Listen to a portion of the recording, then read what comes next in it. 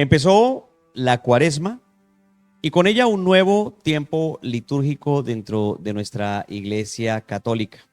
Cuaresma viene de la palabra cuadragésima, 40, que es un número importante en la Biblia. 40 significa tiempo de preparación, de cambio, de purificación.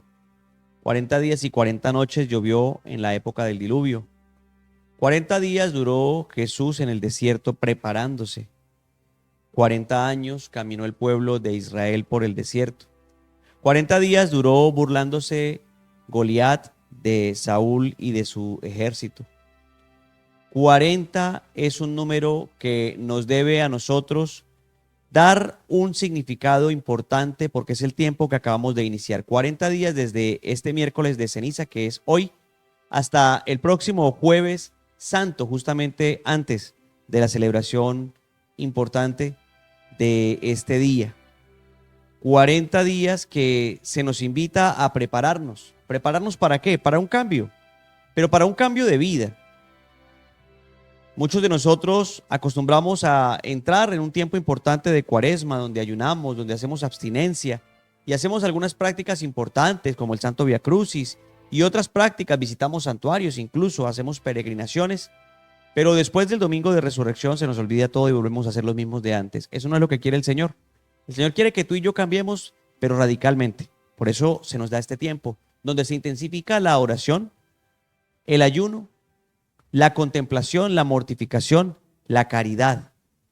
La Cuaresma es un tiempo para esto.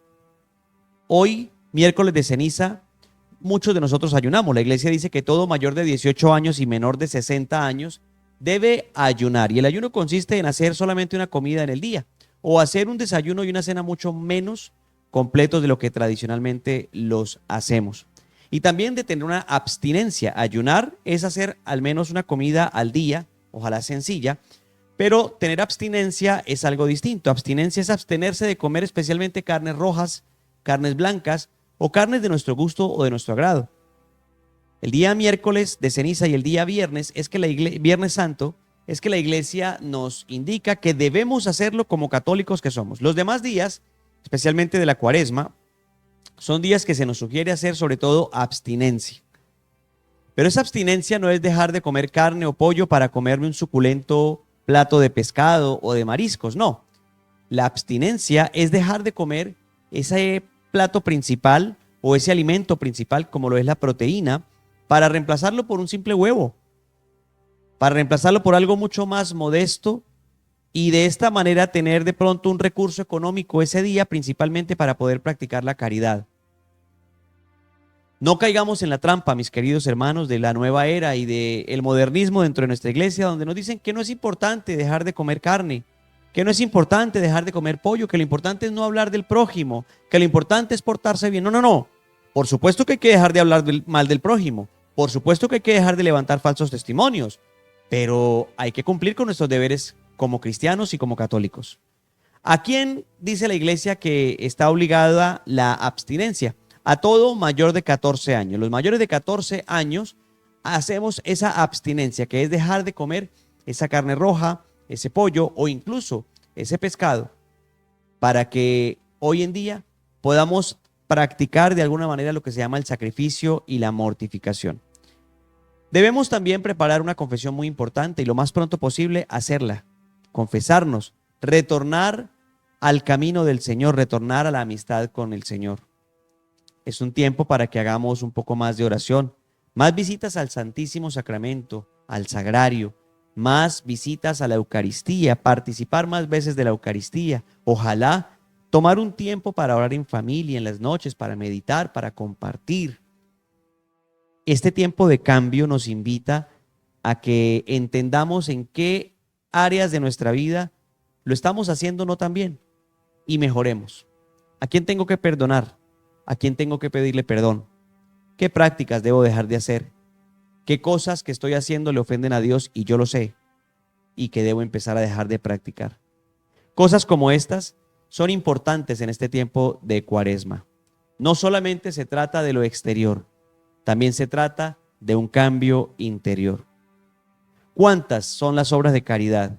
14. 7 materiales o corporales y 7 espirituales. ¿Cuáles debo empezar a practicar? Especialmente en este tiempo de Cuaresma. ¿Cómo va mi visita a los enfermos, a los presos? ¿Cómo va mi ayuda al que necesita ayuda, al forastero, al que necesita un plato de comida? ¿Cómo va mi visita especialmente a los de mi casa, a los ancianos de mi casa? Muchos de nosotros nos jactamos en estos tiempos y en los tiempos decembrinos visitando asilos y llevando ayudas y haciendo muchas cosas que debemos hacerlas, por supuesto. Pero ¿cuántos de nosotros tenemos olvidados a nuestros padres, a nuestros familiares, a nuestros parientes, a nuestros ancianos, a nuestros hijos en casa?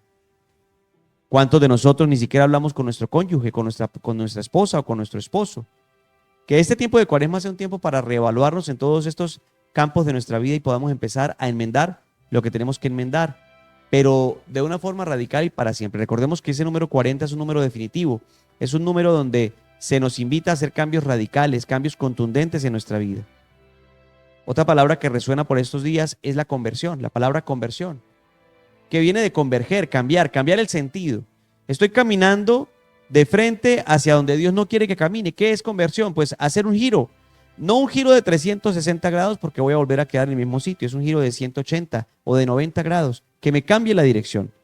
Camino en dirección al mundo, camino en dirección a la perdición, pero ahora quiero caminar en dirección a Dios, en dirección a la Jerusalén celeste, en dirección a la patria celestial. ¿Qué tengo que hacer para eso? Reconocer que soy un pecador, reconocer que no voy bien, que no soy digno y reconocerme necesitado de la misericordia de Dios y abandonarme en su santa voluntad.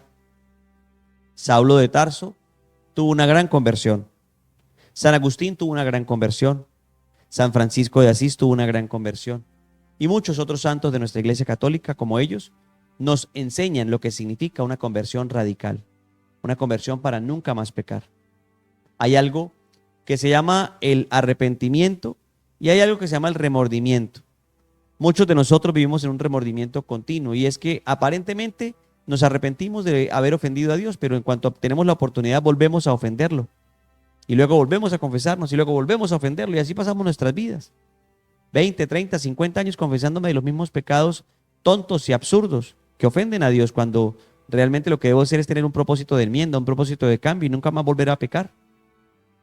A eso es a lo que se le llama una atricción.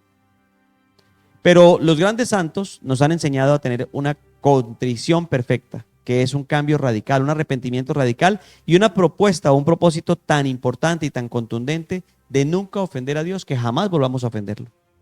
Ese pecado que tú y yo tenemos, con el que continuamente estamos ofendiendo a Dios, podemos cambiarlo radicalmente y dejarlo atrás para siempre. Este es el tiempo para hacerlo. Este es el tiempo para recoger la familia. Este es el tiempo para perdonar. Este es el tiempo para pedir perdón. Este es el tiempo para reparar. Este es el tiempo para decirle al Señor, yo soy tu hijo y quiero cambiar, necesito tu ayuda. Que aprovechemos especialmente este tiempo de Cuaresma para hacer ese análisis, esa introspección, para acercarnos al sacramento de la reconciliación, para acercarnos más al Señor y que este próximo sábado de Pascua, domingo de Resurrección, podamos decirle al Señor, sí, gracias por esos 40 días que me regalaste, soy un hombre nuevo, soy una mujer nueva, mi familia está renovada. La renovación tiene que ir ligada con la Cuaresma. Que el Señor te bendiga.